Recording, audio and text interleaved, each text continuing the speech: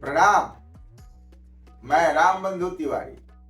आज बात करेंगे बिहार के राजनीति के उस नए मोड़ की जहां चर्चे हैं। क्या प्रशांत किशोर और उनकी जनसुराज पार्टी वाकई में तीसरा विकल्प बन रहे हैं? जरा सोचिए। बिहार की राजनीति सालों से दो खेमे में बटी रही है। एक तरफ एनडीए और दूसरी तरफ महागठबंधन। और अब पीके कह रहे हैं तीसरा रास्ता भी हो सकता है। यही है जनसुराज की कहानी की शुरुआत।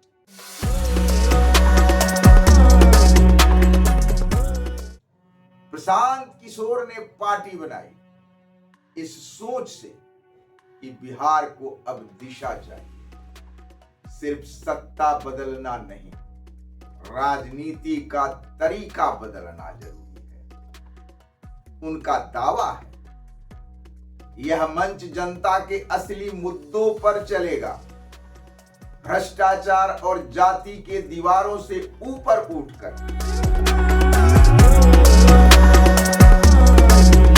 कई राजनीतिक विश्लेषक मानते हैं जनसुराज भले ज्यादा सीट न जीते, लेकिन मुकाबले की दिशा बदल सकता है। पीके दोनों बड़े खेमों से वोट खींच सकते हैं, यानी गेम चेंजर बन सकते हैं, भले स्कोरबोर्ड पर नाम न आए।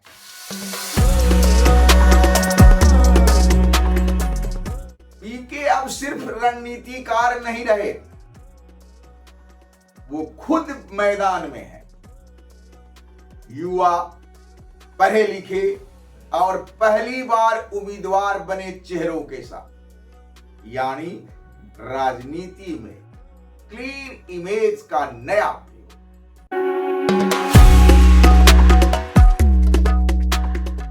जनसुराज न दाएं झुकता है न बाएं। वो कहता है विकास, शिक्षा, पारदर्शिता पर बात करो, जाति नहीं काम की राजनीति करो। और यही उनकी सबसे अलग पहचान। अब सवाल ये है कि क्या इतना सब कहना ही तीसरा विकल्प बनता है? नहीं, क्योंकि बिहार की राजनीति आसान नहीं है। तो अब हम इनके चुनौतियों को समझें, जहां इनकी असली परीक्षा हो।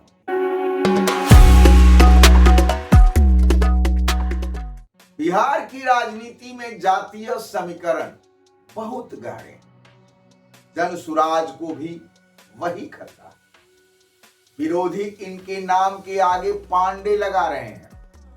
इनकी पहचान बताई जा रही है कि यह ब्राह्मण है, संगठन छोटा है, मानवीय संसाधन सीमित है और पीके की जाति का वोट बैंक भी बहुत बड़ा नहीं। तो सामाजिक गठजोड़ बनाना अनिवार्य होगा। लेकिन सबसे दिलचस्प ये है कि सितंबर महीने से सत्ता पक्ष बेचैन दिख रहा है। पीके किसी पर निजी हमला नहीं करते, लेकिन जो कहते हैं वो सीधे चोट करता है।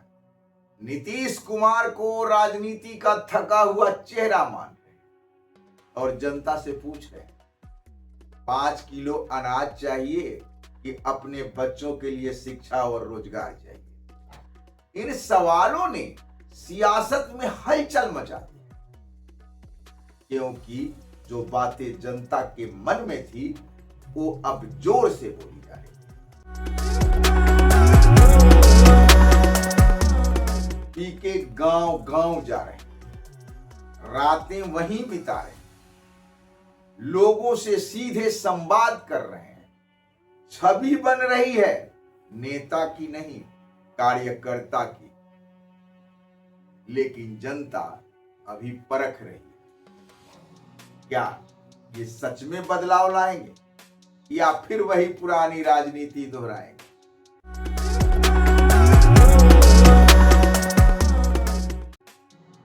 पीके की सबसे बड़ी ताकत है एजेंडा बदलना। जहां बाकी नेता जाति के आंकड़े गिनते हैं, वो पूछते हैं शिक्षा कैसे सुधरेगा, पलायन कौन रोकेगा। यही किसी तीसरे विकल्प की पहली शर्त है।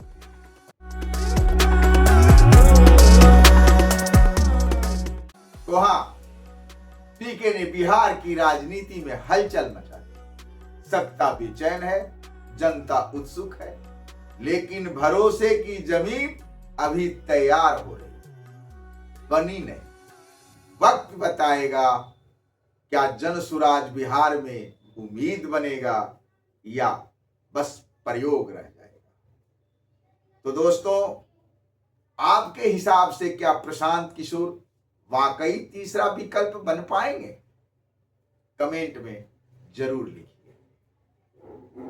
अगर आपको यह विश्लेषण अच्छी लगी हो तो लाइक शेयर जरूर करें। निवेदन, चैनल को सब्सक्राइब करना मत भूलें। मिलते हैं फिर किसी अन्य विश्लेषण के साथ। धन्यवाद, प्रणाम।